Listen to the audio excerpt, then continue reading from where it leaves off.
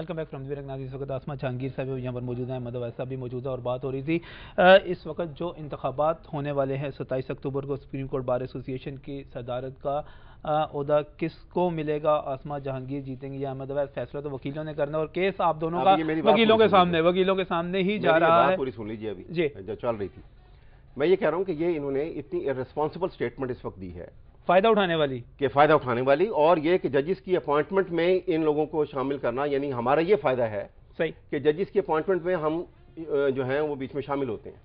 یہ اتنی responsible statement ہے کہ میں تو یہ کہتا ہوں کہ اگر ہمیں یہ معلوم ہو جائے. ویسے پچھلی دفعہ جب سفارشات گئی تھی بڑے بڑے تجزیے لکھے گئے تھے اس پہ اور بڑی چیزیں، میں میری بات سن، میں یہ کہہ رہا ہوں کہ اگر ہمیں یہ پتہ لگ جائے کہ کسی چیف جسٹس نے ججز کی اپوائنٹمنٹ میں وکلا کو شامل کیا ہے تو it amounts to misconduct, اور ہم اس کے خلاف بالکل جو ہے ہمارا، کیونکہ کسی موومنٹ میں ججز کی بحالی کا مطلب یہ نہیں تھا کہ کسی جج کے ساتھ کو ہمارا لو افیئر تھا. ہم تو قانون کی بالادستی کے لیے شامل ہوئے تھے ساتھ، اور انڈیپینڈنٹ آف جوڈیشری کے لیے ہم شامل ہوئے. اس لیے یہ بات جو ہے مطمئن ہو گئی وضاحت سے مطمئن ہو گئی. میں بالکل مطمئن نہیں ہوں. میں یہ سمجھتی ہوں، اور یہ ہمیشہ ہوتا رہا ہے بار میں اور بینچ میں، جب ججز کی اپوائنٹمنٹ ہوتی ہے تو ایک اچھا چیف جسٹس، جو کہ میں سمجھتی ہوں یہ بھی ہیں، وہ ہمیشہ کنسلٹیشن کرتا ہے اور بار کے مختلف لوگوں سے کرتے ہیں. اس میں کوئی غلط بات نہیں. اس میں تو ہم اس کو مگر اگر ایک ہی گروپ اپنے ہی لوگوں کو آگے کرے اور صرف ایک ہی گروپ سے مشورہ لیا جائے، ایک ہی گروپ کے جو جج بنے ہوئے ہیں انہی کے چیمبر کے لوگ آتے رہے، اس قسم کی باتیں بڑی ہوتی رہی. میں تو اخبارات میں پڑھی ہیں، آپ نے کوئی ڈینائل نہیں دیے. جو اعتراضات گئے تھے فائلوں پہ لگے تھے لاہور ہائی کورٹ کے حوالے سے، جو اخبارات میں پڑھا جو ان کے ڈینائل نہیں ہوئے ہیں، اچھا، اور خود دیکھا ہے یہ. مگر یہ اکراس دا بورڈ کرنا تو کوئی ایسی بری بات نہیں. اچھا یہ ٹھیک ہے، یہ بات ٹھیک ہے کہ یہ عدلیہ اور حکومت کے حامیوں میں مقابلہ ہے. آپ یہ بات، میری ایک بات سنیے، جہاں تک رول آف لا کی بات ہے اور انڈیپینڈنس آف جوڈیشری یا قانون کی بالادستی، جب مشرف کی گورنمنٹ آئی تھی وہ بھی تو قانون کی بالادستی توڑ کے آئی تھی نا. صحیح. تو اس وقت میری تو ایک اکیلی آواز تھی، میں لے کے آئی ہوں اپنی اسٹیٹمنٹ. جی، مشرف کے آنے کے ایک دن بعد ایک واحد میری اسٹیٹمنٹ آئی تھی جس نے ملٹری ڈکٹیٹر کو کہا کہ یہ غلط ہے اور ڈیناؤنس کیا. ہیومن رائٹس کمیشن کے حوالے سے بھی آپ کا بہت بڑا میں اس وقت چیئر نہیں تھی ہیومن رائٹس کمیشن کی. میں ہیومن رائٹس کمیشن کی تب چیئر نہیں تھی. صحیح ہے، لیکن میرا آیا اس کے بعد 2 ہفتے کے بعد میں گئی یو ایس، کوئی مجھے یو این کا پیس ایوارڈ ملا. اس کے بعد ایک سٹوری ہے جو کہ مسعود حیدر صاحب کی ہے، اور اس پہ میں نے اپنا ایوارڈ لیتے ہوئے کہا تھا the knights of the general shall not last forever ایور. یہاں پہ ڈان میں بیک پیج پہ وہ رپورٹ ہوا، وہ بھی میرے پاس موجود ہے. تو مجھے یہ بتائیے کہ جب رول آف لا کی بات کرتے ہیں، جب ایک ملٹری ڈکٹیٹر آ گیا تالیوں کی گونج میں، تب آواز نہیں مجھے سنائی دی پروفیشنل گروپ کی آواز نہیں آئی. اور یہ احمد اویس مجھے دکھا دیں اپنے آپ کے اگلے پروگرام میں ہماری آواز تو دیکھیں نا. ہماری آواز پولیٹیکل فیلڈ میں نظر نہیں آئے گی آپ کو. آپ اسٹیٹمنٹ اپنی we are bar associations, we are not political party. آپ کے ہیومن رائٹس کمیشن کے اوپر سے آپ تو بار کی ایکٹیویٹی میں کب آئیں؟ دیکھیں نا، آپ تو ہیومن رائٹ کمیشن کے پلیٹ فارم سے ضرور بولتی ہیں، اور وہ آپ کا میڈیا میں، آپ کا میڈیا کو سامنے رکھ کے آپ بات کرتی ہیں. وہاں بہت سارے مسائل اور بھی ہیں.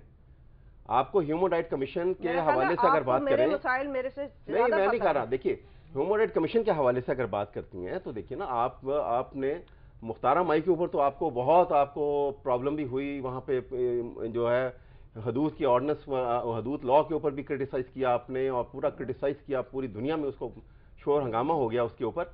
لیکن ڈاکٹر عافیہ کے اوپر تو آپ کی کبھی اسٹیٹمنٹ نہ آئی، معذرت کے ساتھ. اور کبھی آپ کو عراق کے اوپر اور افغانستان کے اوپر جو ہیومن رائٹ وائلیشن امریکہ نے کی بے تحاشا، یہ روز ڈاؤن اٹیک جو ہوتے ہیں، ہیومن رائٹ وائلیشن ہوتی ہیں، اس کے اوپر تو آپ کی کبھی اسٹیٹمنٹ نہ آئی. میں سمجھتی ہوں کہ آپ غلط کہہ رہے ہیں.